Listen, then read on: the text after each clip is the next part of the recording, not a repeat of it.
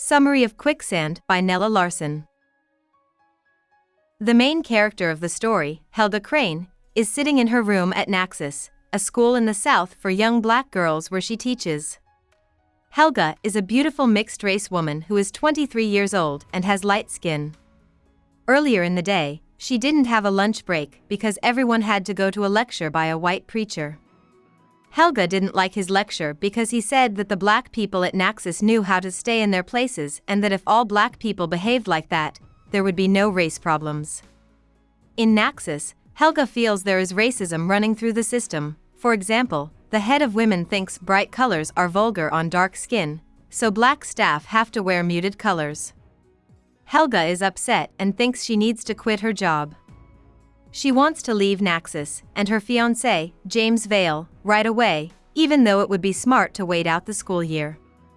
The next morning, Helga goes to see Dr. Anderson, the new director, to give her notice of resignation.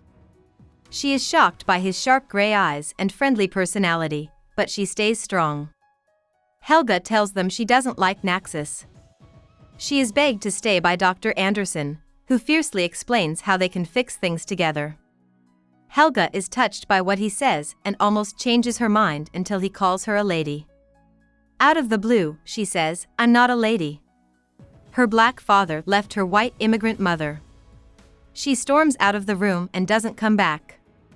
Helga worries about how she talked to Dr. Anderson on the train ride to Chicago. She just can't stop thinking about him. Helga plans to see her nice Uncle Peter when she gets to Chicago. Because Helga was half black, her father left her mother and she had to live with her mother's second husband. When Helga was 15, her mother died. Instead of being sad, Uncle Peter sent her to a school for black girls, and she finally felt like she belonged there. The doorbell rings, but Uncle Peter's racist new wife, Mrs. Nilsson, opens it and tells Helga she can't come back. Helga makes up her mind to get a job instead. She soon learns, though, that it's harder to get a job than she thought, especially since she doesn't have any references and most of the jobs for women of color are in domestic work. Helga is getting desperate after a few weeks. She finally gets a short-term job to help Mrs. Hazerohr fix talks she gives about the race problem on the train to New York for a few days.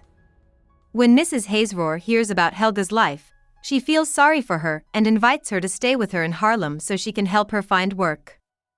Mrs. Hazerohr puts Helga in touch with her niece Anne, who offers to let her stay with her. Helga is having a good time in Harlem a year later. She is glad to be away from white people and makes up her mind to keep that part of herself hidden. Helga runs into Dr. Anderson at a neighborhood meeting, and she can feel how well they get along. Helga gets scared when Dr. Anderson comes over to take her on a date, so she sneaks out the back door. She feels bad about herself and let down. Soon after, Helga starts to get antsy and unhappy with her life. One day, Uncle Peter sends a letter saying he's sorry for how Mrs. Nilsson were to Helga. He sends her a check for $5,000 as a gift and suggests that she visit her family in Copenhagen. She sees Dr. Anderson out with Audrey Denny that night at a jazz club. And hisses at Helga that Audrey is gross because she dates people of different races. Anne's dislike of mixed-race partners makes Helga sick to her stomach, but she holds her tongue. Helga doesn't like a lot about Anne, like how she says she hates white people but dresses like them because she thinks it makes her look better. Helga feels sad when she leaves the jazz club and decides to leave Harlem. Soon after, Helga goes to Copenhagen, where her Aunt Katrina and his new wife, her doll, meet her. Their arms are wide open to welcome Helga. They buy her lots of fancy clothes and show her off all over town. Helga doesn't like how they dress her up and walk around with her, but she does it because she likes the attention. Helga slips into a high-class lifestyle in Copenhagen, going to dinner parties and cultural events. She starts to like Axel Olsen, a rich artist that Helga's aunt and uncle hire to paint a picture of her. Helga is ashamed, scared, and angry when Axel Olsen asks her to marry him, so she says no, telling him she's not for sale to any white man. Helga also doesn't like the picture because it shows her in a sexualized way. The dolls are upset that Helga turned down Axel Olsen because it's clear that they wanted her to marry a good man so that they could rise in society. Following a few tense weeks in which Helga feels antsy, she gets a letter from Anne. Helga is even more upset about Anne's engagement to Dr. Anderson. Helga feels homesick for Harlem and black people, so she will go back to Harlem for Anne's wedding. Helga goes back to Harlem, but Anne stays away. Anne doesn't like that Helga spends time with white people, and she knows that Dr. Anderson really likes Helga. After a few weeks, Helga trips and falls into Dr. Anderson's arms at a party. They kiss deeply and passionately. They don't talk about it again, but Helga can't stop thinking about it. It's been a few weeks, and Dr. Anderson now wants to meet with Helga by herself. Helga is thrilled because she feels like she can't hide her feelings for Dr. Anderson any longer and that this is her chance to be happy. Even so, Dr. Anderson only says sorry for the kiss when he sees Helga. Helga feels ashamed and angry all of a sudden. He gets hit and she runs out of the room. The next day, Helga is very upset. During a storm, she walks quickly through the streets and gets blown into a ditch. Helga runs into the closest building to find safety and finds a church service going on.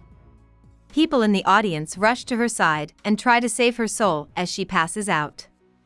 Helga starts yelling because her nerves are so bad. Everyone in the church cheers because they think she's been saved.